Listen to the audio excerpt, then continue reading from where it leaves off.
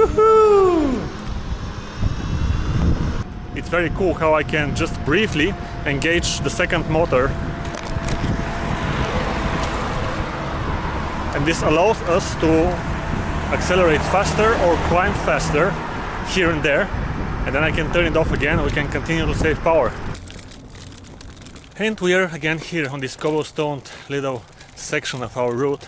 Let's call it the cobblestone test. Here I had to push the 9-bot, admittedly, and not actually push it, I had to carry it right here. I've actually filmed myself carrying it. The Kaabo Mantis is too heavy to carry it, and also you don't actually need to do that. It's okay for pushing on the cobblestones, but I don't really think it's okay for riding. I tried for a bit. There are a lot of vibrations and there's some strange sound coming from inside. I think it's maybe the battery juggling inside or something. I don't think it's the best thing to do. So we cannot actually ride here, at least as long as we want to keep it in a good condition. But we can therefore push it and continue riding pretty soon. And we are on the section of the ring road here, riding towards the traffic. So we need to be pretty careful. But I have to admit it's still a lot easier than on the Segway ES4, because we don't have to push it through bigger crevices, and we can also get faster when we need to. Just enable the second engine, disable the eco mode, and you get a lot faster. So if you need to cope with traffic, you can do that as well. Yeah, I can definitely cover pretty long distances while just cruising without using the engine at all.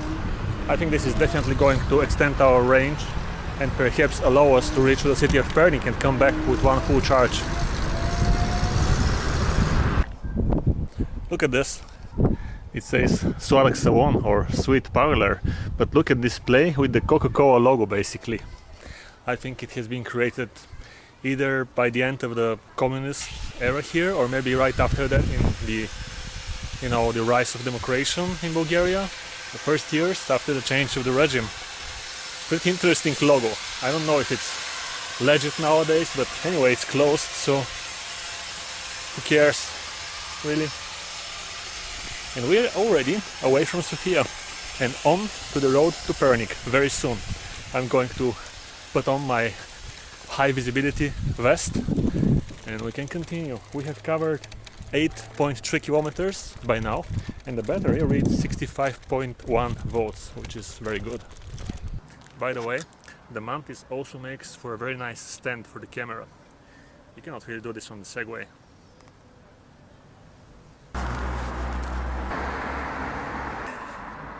Oh, this is like a puzzle a little bit.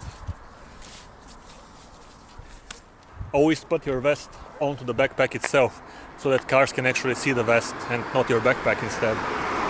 By the way, those socks are feeling super comfortable. This is definitely not the only factor that goes into it. I would like to see how sturdy they are as well, and if they really don't get smelly over a full day of riding. My feet are not very smelly, to be honest, but still, 60 kilometers outside in the sun, you should be able to say, oh, there is the bus coming. Let's wait for it, and then we can go right after it.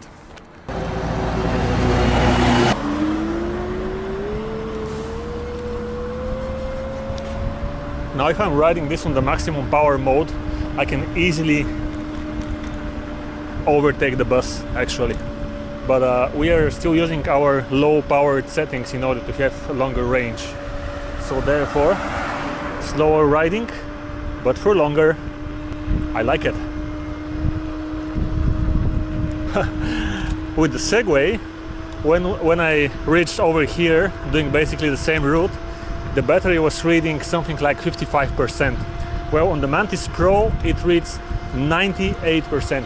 I have to say this is not very accurate on the Mantis, but still, it's pretty full.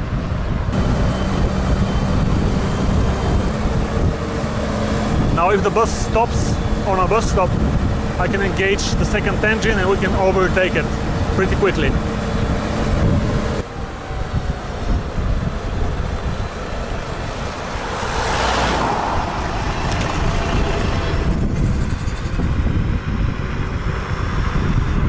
Done! Yoo-hoo!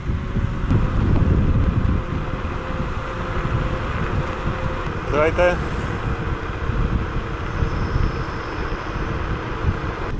Wow! Actually, when we are going downhill, the Mantis did 41 kilometers per hour and it turned off the engine completely.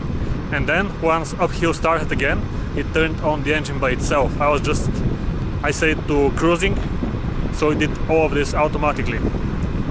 I think it's, the controller is actually pretty good on this one. We seem to be having 94% of battery power left at this moment. I finally actually let the bus pass us. I would have been able to continue surpassing the bus, but this is using a lot of energy.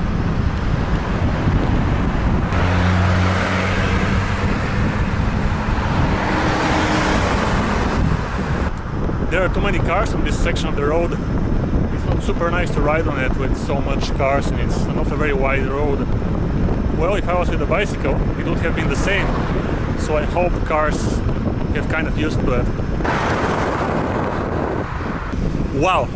The previous time around, this is as far as we got to on the Segway. And the battery was reading something like 40%, if I'm right. Now we have 86%. And we're still going strong. We're going to exit the village of Mało Bucino, then we go through Golemo Bucino, and then we're going to reach Pernik, hopefully. But in order to get there, we will go under the speed highway, which is connecting Sofia to Pernik. Climbing, climbing, climbing. This is really using a lot of electrons, but I hope I can get some of them when I'm going back. I can just be cruising and it's going to be free on my battery. And you can see the highway right in front of us. For some reason I so much like those moments when you're going on an old road right next or under the highway. You can see all of the cars passing.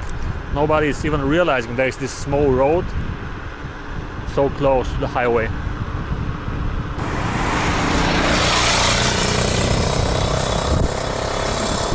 Bye bye, Mało Bucino. Let's continue on the road. Wow, look at this beautiful nature. It's great. And the Mantis is holding up pretty nicely so far. We've covered 16 kilometers up to this point.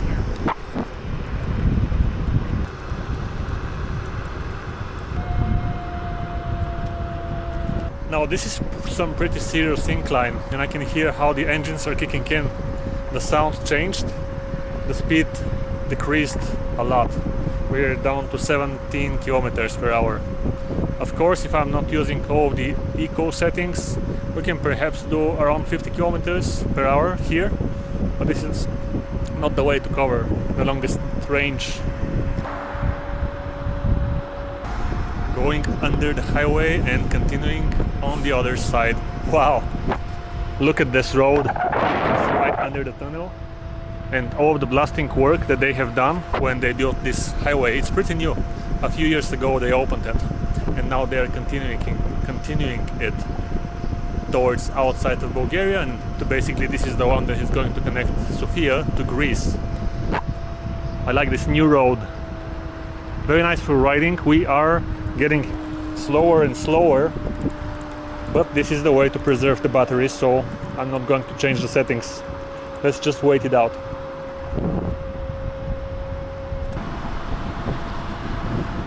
You can see all of the traffic on the highway, and then we are here on this small and very new road. I think they just fixed it. New pavement, very nice to ride on, and with the evening sun, such a beautiful moment.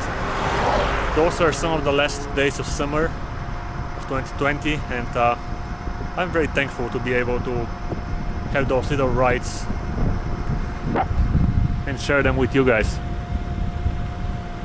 That was one hell of an incline. The battery is reading 75% now. I hope we're gonna get some power back once we're done with the incline.